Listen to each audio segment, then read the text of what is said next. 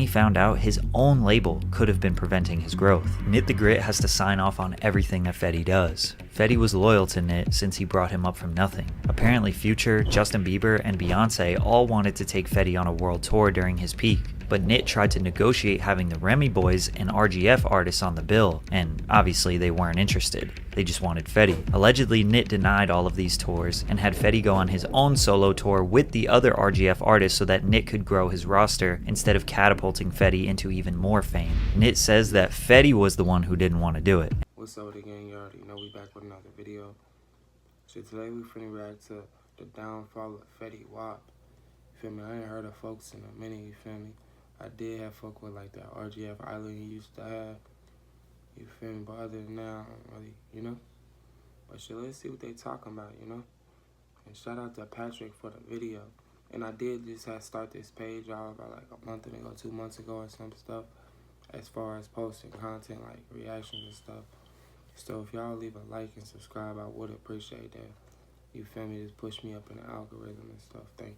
Fetty Wap is going to serve a bare minimum of 1,825 days in prison, and he's facing up to 40 years for the crimes of conspiring to distribute over 500 grams of cocaine. But in 2015, he was on top of the world and had the music game in a chokehold. You heard at least one of his songs every day, multiple times per day for over a year straight. His first 4 songs he ever released debuted in the top 10 on the Billboard Hot Rap charts and remained in the top 10 simultaneously, something that was never done before. He even has the rare achievement of earning a diamond single, which is 10 million records sold. Fetty Wap made basically every wrong decision one could make throughout his entire career. He stayed loyal to the wrong people, made terrible financial decisions, and sabotaged his own career. Most people have no idea what even happened to him. How did he go from being a beloved superstar to a drug trafficking kingpin? Well, the story is even more tragic than we thought. Willie Maxwell had all the odds stacked against him, starting with the day he went blind. He was born with glaucoma, which in short causes fluid to build up in the eyes, putting pressure on the optic nerve and making it hard to see. At 6 months old, he had reconstructive eye surgery, and luckily the doctor was able to save one of them. Then at age 12, he decided he didn't like the prosthetic eye and embraced showing his blind eye. I was born with glaucoma, and I lost the eye at 6 months. And I got reconstructive surgery when I was 12. And I just stopped wearing the prosthesis because I didn't want to look like everybody else. To make matters worse, he grew up on the rough streets of Paterson, New Jersey, 22nd and 12th Street to be exact. Kids would bully him because of his eye, so he had to learn how to defend himself at an early age. However, he had one escape, and that was music. Willie played the drums alongside his father, his brother, and uncle in the local church. He was constantly surrounded by music and was putting on performances even as a child. He even took his talents to the school band, but Willie didn't like school, and the kids didn't like him, which led him to dropping out as a teenager. He got his nickname Fetty because he was always trying to get the money, but he never had a job, so he hit the streets to pay his bills. His family didn't support his lifestyle, so he resorted to sleeping on friends' couches and floors. As if times couldn't get any harder, he had his first child. He was broke with no plan and destined for failure until he met Monty, who introduced a way out. Monty was a local rapper in Paterson who introduced Fetty to the music scene. P. Dice and Nit the Grit were other artists who had a little bit of buzz in the city. P. Dice, Monty, Fetty, and a few others started calling themselves the Remy Boys, based on their love for Remy Martin's 1738 cognac. The third song Fetty ever recorded was Trap Queen. He always knew it was a hit, but it went unnoticed for years. Nit the Grit saw potential in the group and decided to quit his own rap career and start a production company / label called RGF Productions, and he signed them. But Nit was new to the business, and he needed help promoting his artists. He got connected with Muscle Team Fuzz, who is an OG in Paterson, rapper, CEO, community leader, among other things. Fuzz took Nit under his wing, showed him how to move like a boss, and how to get the support of Paterson. Fetty getting involved with these guys would be the best and the worst thing that ever happened to him. Nit and the Remy Boys would stand outside of Broadway Pizza in Paterson selling CDs. Fetty was okay with the traditional way of getting poppin' locally because his only goal was to get lit in his city. He never thought he had more potential than that, but once they took to the internet, everything changed. Fetty posted Trap Queen on his SoundCloud and YouTube, then promoted it on Instagram every single day trying to make some noise online. Despite his efforts, it was mostly unnoticed, gaining about 1,000 streams per day. At the time, he also released 679 with Monty and P. Dice. Nit and Fuzz knew these guys were making hits, and they were using all their connections in New Jersey and New York City to get these songs played in the clubs. Fuzz's artist Franco linked up with Fetty to make the song Zoo Wop. This one was getting even more traction than Trap Queen,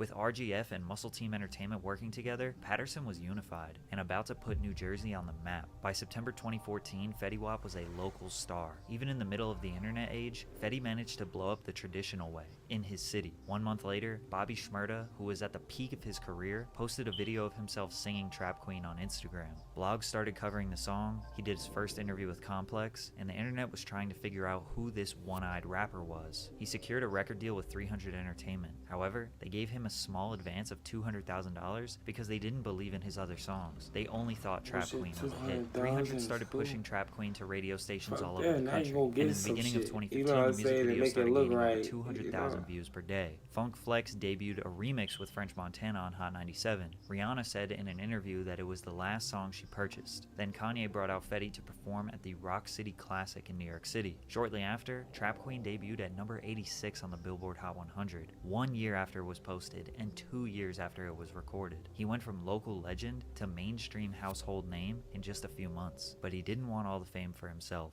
Like, I had a plan of how this shit was supposed to go.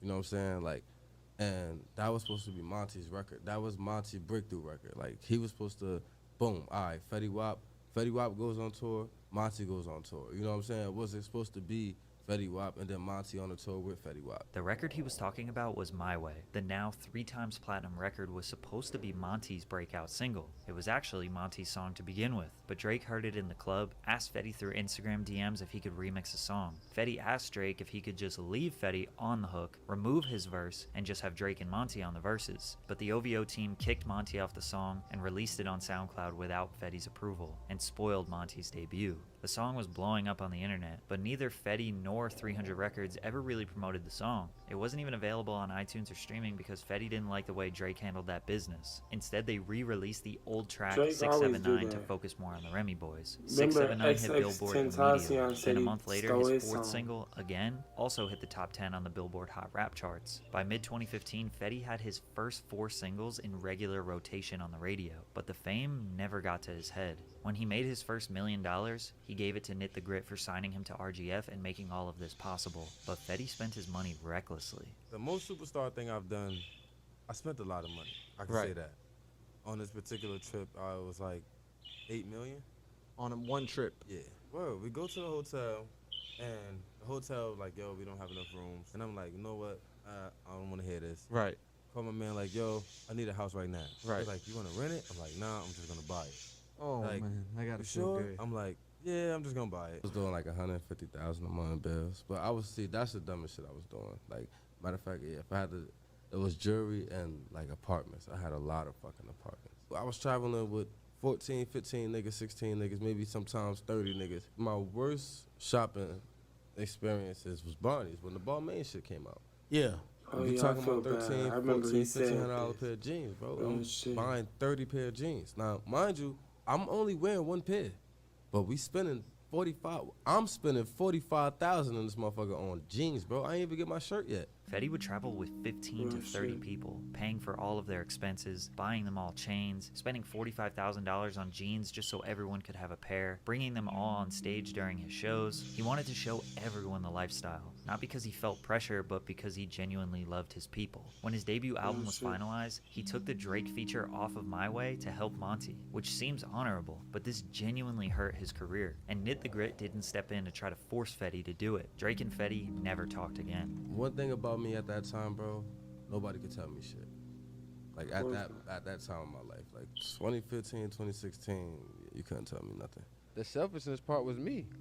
That wasn't for nobody else. That was me. I knew certain shit I could have did to make my shit better, but I ain't want to. Like, bro, a lot of shit that I went through, like I said, I'm happy all that shit happened. But yeah, for the most part, a lot of that shit was my fault, bro. Like, Unfortunately, in the music industry, you have to make sacrifices. Fetty didn't care. His management let him be the boss and make the decisions. He felt more like a regular dude than an industry dude. He hated the idea of connecting with celebrities and networking. He thought it was all fake. He wanted to be with his real friends in New Jersey. He gave everyone from Jersey a feature for free. He hated interviews. He was quiet and humble. He focused on everyone but himself, which is respectable, but not marketable and not good for business. Unfortunately, no matter how much love he showed to the people around him, despite all the money he shared, it got bad for Fetty, and they turned on him. yeah, everybody got that shit. Everybody. If you from the hood and you make it out, it's the hood curse. It's like, so it go like this, right? So first is, that shit ain't gonna be da-da-da-da, and then it's gonna be like, oh, he got some shit going, and then it's like everybody supporting you. Oh yeah, we gonna make it. He about to make it. Da-da-da-da, da-da-da-da. And then when you make it, it's like, all right, well, he ain't come back and do this, and he ain't da-da-da-da-da, and that's the hood curse. Fetty took care of a lot of people, gave them money, gave them opportunities. What they did with that was up to them. He realized some people took the money and expected more handouts, and some people used it to genuinely kickstart their own careers. But the first fallout started with P. Dice, who was on the last verse of 679, in which Fetty removed from his album. P. Dice wasn't around much, and most people don't even remember him as part of the Remy Boys. What I told Dice was, if you gonna be a Remy boy till it's time for you to branch off the right way and bring your team up, my nigga. Don't come do shows here, do shows there, and think I'm gonna pay you like I'm paying everybody else. It don't work that way, my nigga. I could do 3 shows and be good for a couple months, my nigga. You just couldn't wait for that. That wasn't what you wanted. It was taking too long for P. Dice. Monty's well taken care of. But Dice says that the beef originated with Tax G, a New Jersey rapper who claims that Fetty Wap stole his sound and look. Then Dice got into an altercation with Tax G, and in response they pressed Fetty Wap and said, either we go after Dice or all of y'all, and Fetty dropped Dice to avoid the beef with Tax G. We don't know if Dice is telling the truth, but a video did go on the internet of him getting jumped. They ripped me with it at first, then I hit the ground, pop back up, that's when the tussle started. And one of them was like, yo, what you wanna do? Da-da-da-da. I mean, the other one was like, nah, I ain't that serious. And that's when the phone came out, that's when the recorder started, so.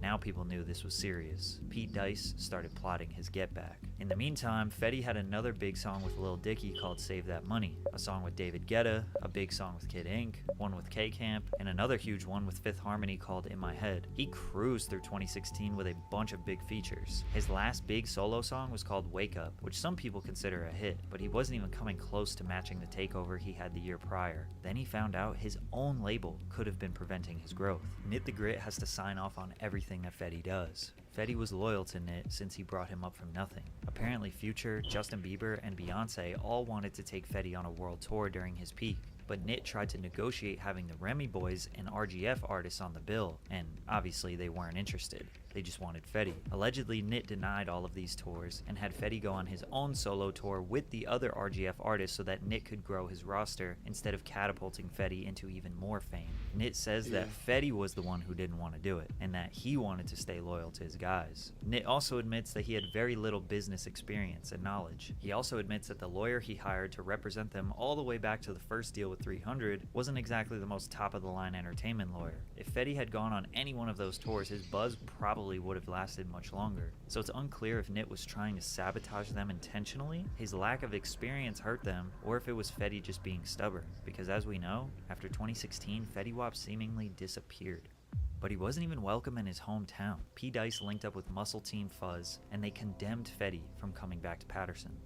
So Fetty Wap, if you like that and you saying you run the city, we gonna be on your block shooting this video. You know what I'm saying? Right. With your niggas.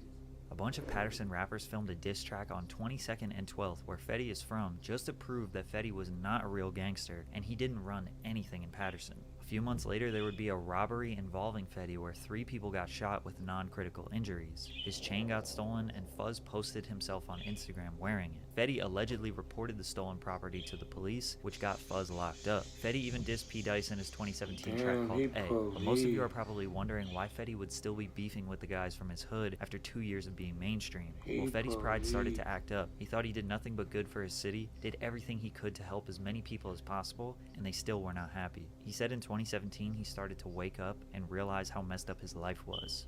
Like 2017, that shit was like a different year for me. You feel me? Like all jokes aside, like I was a little fucked up that year, man. Like I was, you see, I started number chasing. So in my mind, I'm like, oh, I'm done. It's over. Fetty Wap is over with. Like. Fetty was scrambling to get his finances in order. He had to clean house, downsize his team, and make sure he doesn't go broke. He looked at Nit. He started to question what he even did for him in the first place. Nit gets paid before Fetty does, so he needed to assess if he was actually helping his career. Literally since 2017, Fetty hasn't been on good terms with the man who pays him and has to approve every song, every show, every brand deal, literally everything he does. How can a career progress from there? Well, It can. By 2018, everyone forgot about Fetty Wap. Granted, Y'all seen most what of this happened to happened Lil behind Uzi? closed doors. People have very fond memories of him. He didn't go out sad, he didn't embarrass himself. He just kind of faded away and nobody really asked any questions. I fell off musically by being popular, but I built myself to be able to bring myself back up. Despite spending money recklessly, Fetty prides himself on being very good with his money. But the charges he was found guilty on strongly suggest that it wasn't just his music money that kept him rich all these years. In October of 2021, Fetty Wap was arrested after he got off stage at Rolling Loud in New York. He was charged with conspiracy to distribute and possess controlled substances. The press release showed that the officers seized 16 kilograms of cocaine, 2 kilograms of heroin, numerous fentanyl pills, 2 9mm handguns, a rifle, a .40 caliber pistol, and ammunition. Maxwell, along with 5 others, allegedly trafficked more than 100 kilos of opioids, including fentanyl, heroin, cocaine, and crack, from the West Coast and sold the deadly drugs in New Jersey and across Long Island, officials said. Now this is big-time drug dealing, not just some small operation. However, a couple weeks later, he got out on a $500,000 bond. It was a big story for sure, but I feel a lot of his mainstream audience didn't even know about this. Plus, he went right out and did a bunch of podcasts, interviews, and went on a press tour for his 2021 album, The Butterfly Effect. This album slipped totally under the radar because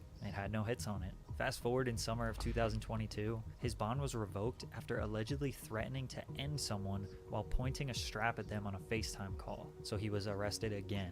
In August, he pled guilty to 1 count of intent to distribute controlled substances, including cocaine, heroin, and fentanyl. He still is yet to be sentenced, but he's facing a minimum of 5 years. But the biggest question everyone wants answered: why? Is this a setup? Is he actually a kingpin drug lord? Why didn't he just make music? Well, I obviously don't know anything about the streets, but I did find a clip explaining the mentality a little bit. I'm sure Fetty could still get 20,000 a show, but that ain't enough for the lifestyle he created. Can't keep up. So you like, I'm gonna take my last, I'm gonna put it here. I got my little cousin them, my little homie them. Shit, I don't gotta touch this shit. I'm gonna make a play, buy some bags, put these niggas on. We got straps, we good. And that fast, you're in organized crime. People assume that Fetty was getting money in the streets, and that's why he didn't need to keep making music. Maybe that's true. Maybe all the beefs with the guys in Patterson was not actually about music, popularity, and jealousy. Maybe something a little bit deeper and darker. Maybe Fetty Wap is just not who we expected him to be. Or maybe he's being set up. Which in that case, maybe his management is the reason why his career spiraled. They never believed he would be bigger than Trap Queen, and he had to fight to prove himself to his own team. Then when he made multiple hits, his pride got in the way of advancing any further. Maybe his own ego got in the way, and he just simply did not want to be famous. In 1 year, he made enough money to last him a lifetime, and maybe he was okay with that. Just wanted to focus on being a normal person, just like you and me. Alright, gang, I ain't gonna hold you.